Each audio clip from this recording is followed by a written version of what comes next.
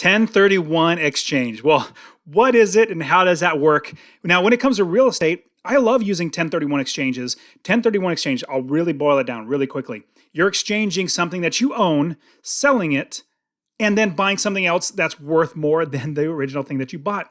You're exchanging what you own into buying something that is worth more. Now, hey guys, my name is Dustin Heiner with Master Passive Income. I am so glad you're here. I want to show you how to invest in real estate rental properties so you never have to work a job again. Now, I want to share with you how 1031 exchange, how they work, how they can apply to you, and how you can almost get trapped if you do not do things the right way. Now, with the 1031 exchange, it is fantastic to be able to buy a property, have it as an investment property, make money every single month in passive income, which is what we talk about with rental properties, then sell it and not have to pay taxes, put that into a better property. Let's give you a broad example. Let's say you have a 3-bedroom, 2-bath house. That's 1,200 square feet. You're making $250 in passive income every single month from the rents on the property. You want to sell this house. You never lived on it. It's not your personal residence.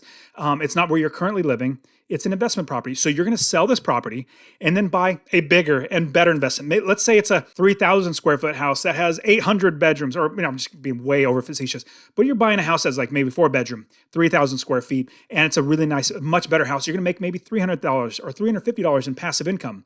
You're going to sell this one house, and then you're going to use that money tax-free to buy the next property. Think of it like Monopoly. If you've ever played the game Monopoly, you buy the land first. You go around the board, you land on one of the square, Park Avenue. Okay, you buy the land. That's going to cost money. Then you go in and you build houses. You save up money, build a house. And then you go from there, you add more houses, and then you tear them all down, and then you put a hotel there. You're constantly upgrading every single time.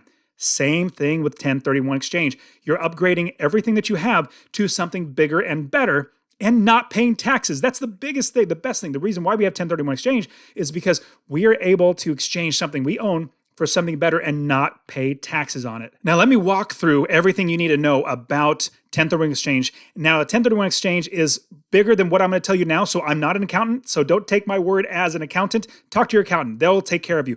But these are the broad overviews that you really need to have when you're doing a 1031 exchange. So number one, it needs to be like kind. Like you can't, let's say, buy a property, sell it, and then buy a horse.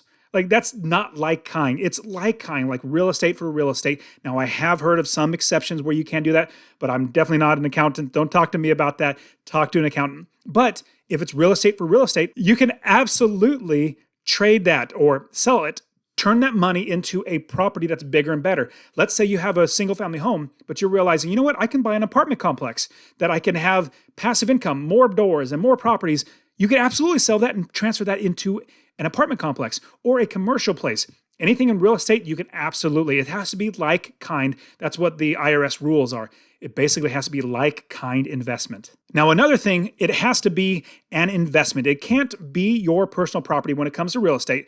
It can't be your personal home. Now, a great thing though, don't think of that as negative. The great thing about having your own personal residence, if you're selling your personal residence, you literally don't get taxed. That's not a taxable property that you own. See, now there's income tax and there's also capital gains tax. If you buy an investment property and you sell it, you're considered getting, if it appreciates in value, you get capital gains. You gained money from that property that you bought.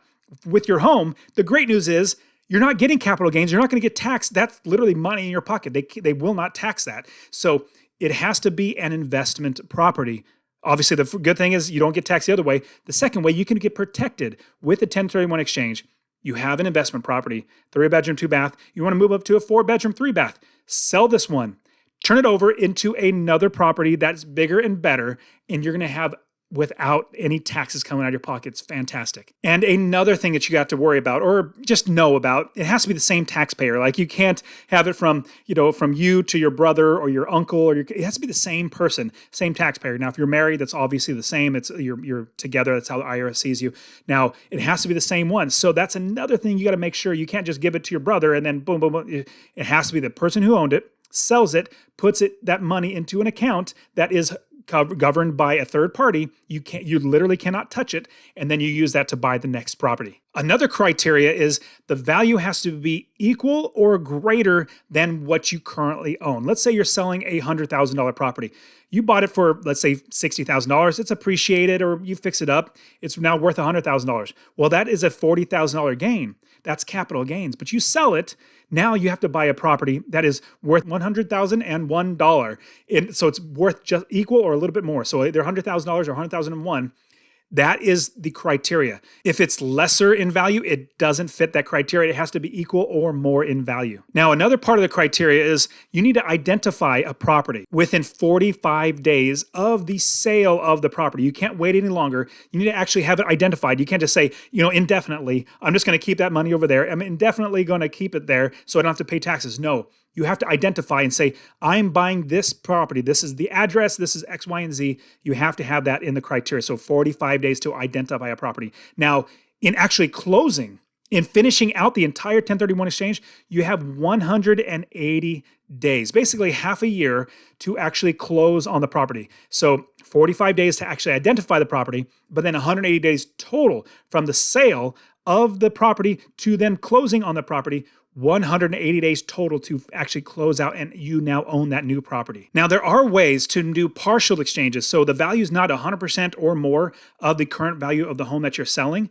but it won't be completely tax-free. You can do some tax-free. Again, talk to your accountant. There is a way to actually do a partial exchange, but it's not completely tax-free like the 1031 exchange. Now, let me give you a practical example of how a 1031 exchange will work or will not work. So let's say you buy a house for $150,000.